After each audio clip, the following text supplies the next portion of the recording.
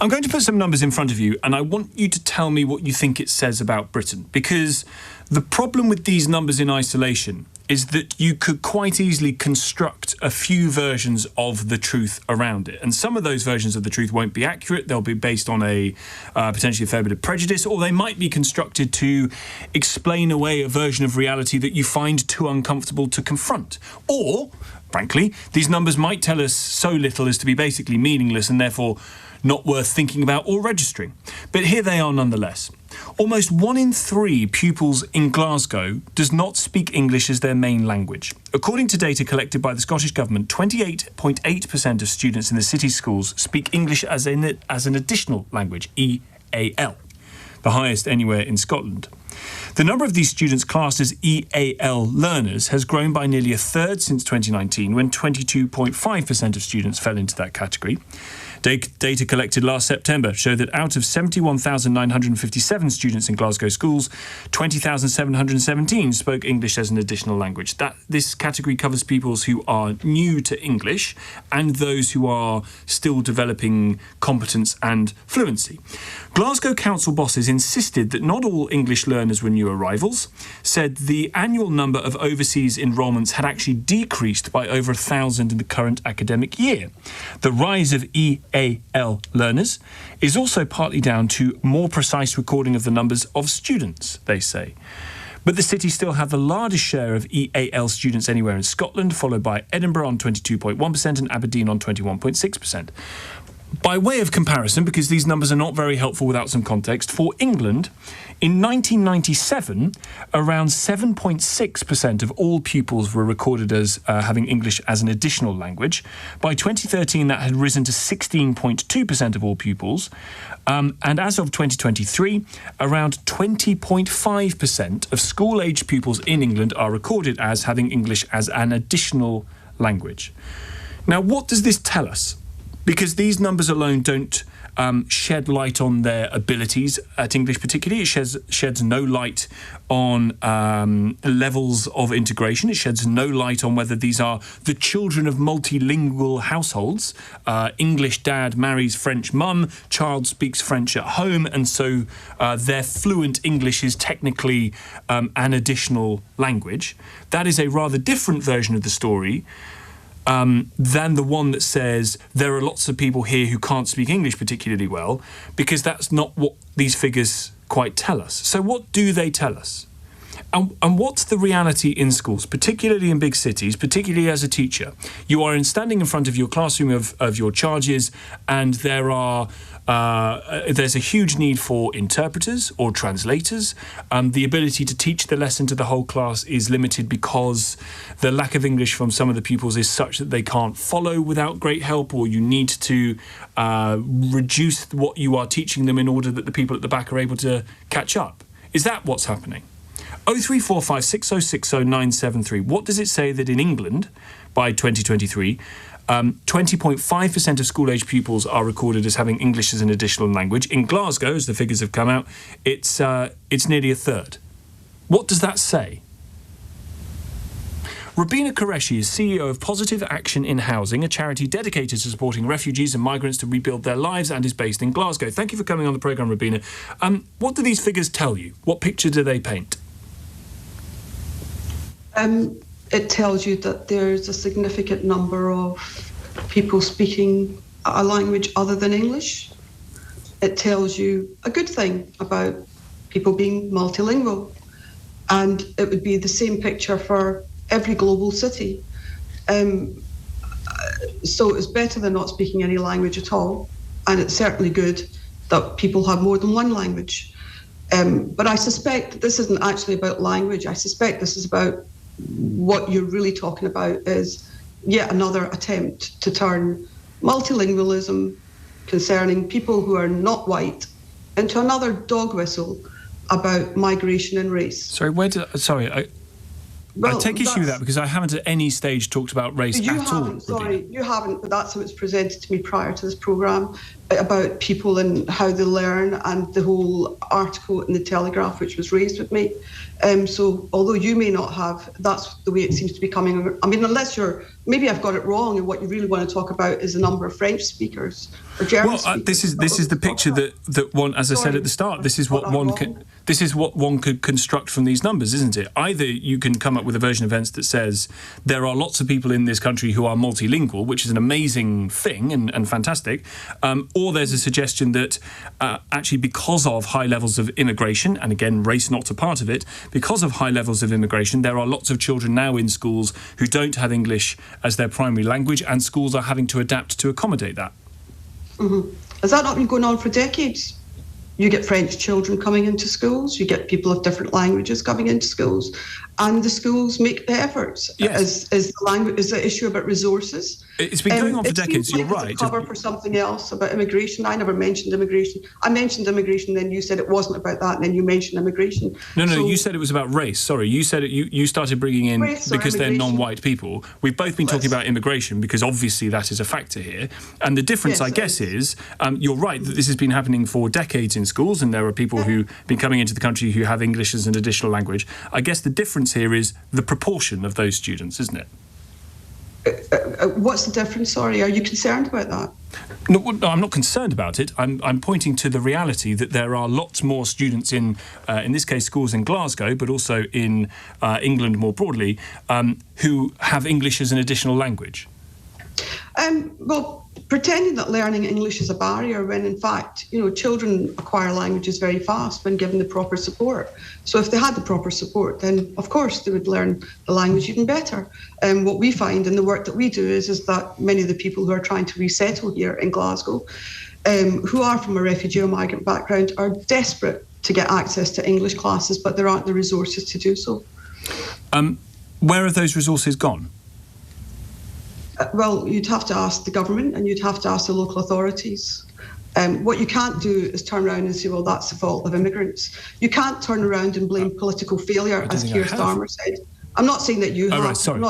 Let me speak Queen's English. One cannot assume that this is that the political failure of not putting resources in place are the fault of immigrants. That's what Keir Starmer said before he came to power. Now it turns around that he's literally kind of blaming immigrants for everything when he talked about the island of strangers. That's what this is all about. Let's just talk. Why not just get straight to the chase, cut straight to the chase? Another reason to bang on about immigration and race and to make this about race rather than saying, what can we actually do about race? About a situation? Can I just finish? What can we actually do to try to help people whose first language is not English to be able to get access to those classes? I think that's a perfectly legitimate debate to have. Of course it is. I mean, if you were French, you would be in the same situation. Nobody complains about having French classes or German classes, but suddenly an issue where there's children who maybe have to have access to English classes seems to be a problem, unless we're talking about perhaps, let's say, Glaswegians who perhaps don't speak Queen's English, or is it because of the number of Glaswegians who speak Gaelic and not English? Right. Is that what we're talking about? I just refuse the premise, and the premise really, it comes down to all the time, it's the brown ones, it's the brown ones. They're now taking up more resources. This has been going on. I'm so sorry, Robina. This argument, no, you haven't. Maybe you're just born in this time and you've not got a sense of time before, but for decades this has been used as an issue to beat up on immigrants, people of colour. This has happened for years, and suddenly you pluck a figure out, 28%, and the Telegraph picks it up and writes about it. Okay, so what? What are you going to do? What an intelligent society would do is say, let's get resources. For example, in Singapore, did you know that in Singapore it's a very, very multicultural society? Mm-hmm.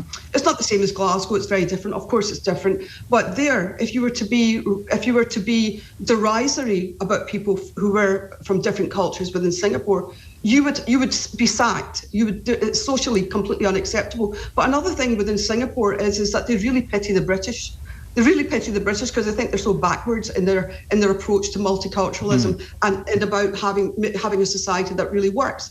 An intelligent approach, one that doesn't cause self-harm to this society, would be to say, look guys, we've got 28% of our society, or within Glasgow, there are kids whose first language is not English. Let's get more resources put into that. To turn around and say, well, where do the resources come from? That's a political problem, of course, that has to be addressed. So but to say that it's all of the people that could be part of your society and become potential taxpayers and contribute, is that not a better way to look at it? That's really what I'm trying to get at, to be honest. I don't know that anybody is suggesting it is their fault. No one is suggesting that it is the fault of the people, particularly school kids, who don't speak a different language as their primary language when they might not have been here for very long. That would be deeply unfair. The question then is, I guess, of resource and the availability of that resource and the need for that resource. For example, in parts of London, in Newham, for example, in 2023, the borough there, very, very high EAL rates, 66.1% of students had English as an additional language. That tells a story about the country, though, doesn't it? If you want... what stories does it tell you? Well, it tells you a story about the change in the number of students who are coming into schools who need help learning English as a primary language.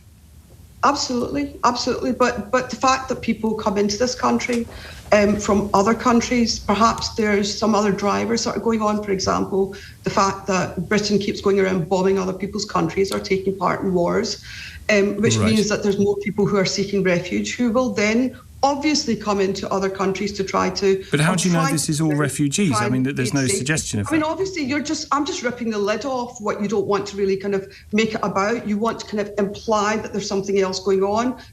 You're saying that there's people who don't speak English. Are you talking about German speakers? No, I'm not. Sorry, Robina, you are projecting... You're talking about people of colour. That's who you're talking about. Right, Let's okay, just get straight to it. Fine. It must be some latent covert racism that has just boiled to the surface. I never said racism. No, you brought Robina. You brought race into it. You brought race into it very early. If we're going to talk over each other, we might as well not bother. I've let you talk. It's my turn. If you come on and say that I do apologise. If you come on and say that this is fundamentally about race and you bring race into it, hang on a sec. When I have not at any stage mentioned the race of people, the colour of people's skin, at any stage. In fact, I've talked about whether or not these are people from different marriages, people of different backgrounds, different... The idea that you would bring race into it promotes the argument that this is about race, when actually at no stage have I suggested that it is.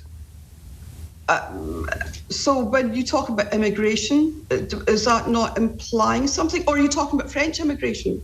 Or are you talking about German immigration? I don't want you. Listen, I'm not going to patronise you. You know that immigration happens from all kinds of countries, of all kinds of people, from all kinds of places who happen to have this skin colour, that skin colour, and any other skin colour. Why does this have to turn into a question of race in your mind? Everything that you're suggesting about immigration and newcomers, are you talking about Ukrainians? Could well be, absolutely. Yep. Okay, let's talk about Germans. Let's talk about French. But why did you bring race into it? I don't understand why you're essentially accusing... Why are you implying that this is about race by using coded language? You're using a code. What's the code? Please decode it for me. It would be very difficult for you to say, see these blacks and browns, they're a big problem in this country. It would be very difficult for one to say, I'm not directing it at you, I'm directing it at the debate. And the debate is really, and it comes from that Telegraph article, it's really about people of colour. It's not about people who are German or French or Ukrainian. It's about people of colour. It's part of this overall racialising of anything where there's resources concerned.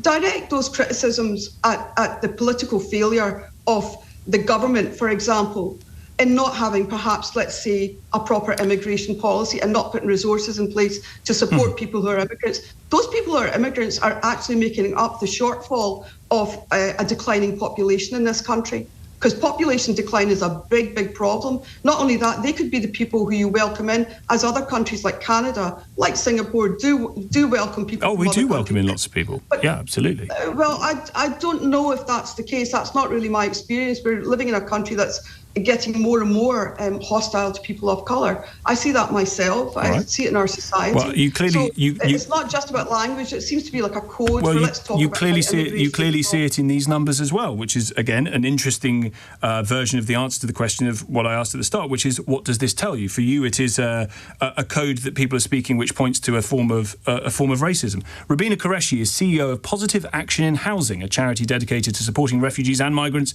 to rebuild their lives. She is based in Glasgow. Is that what you see?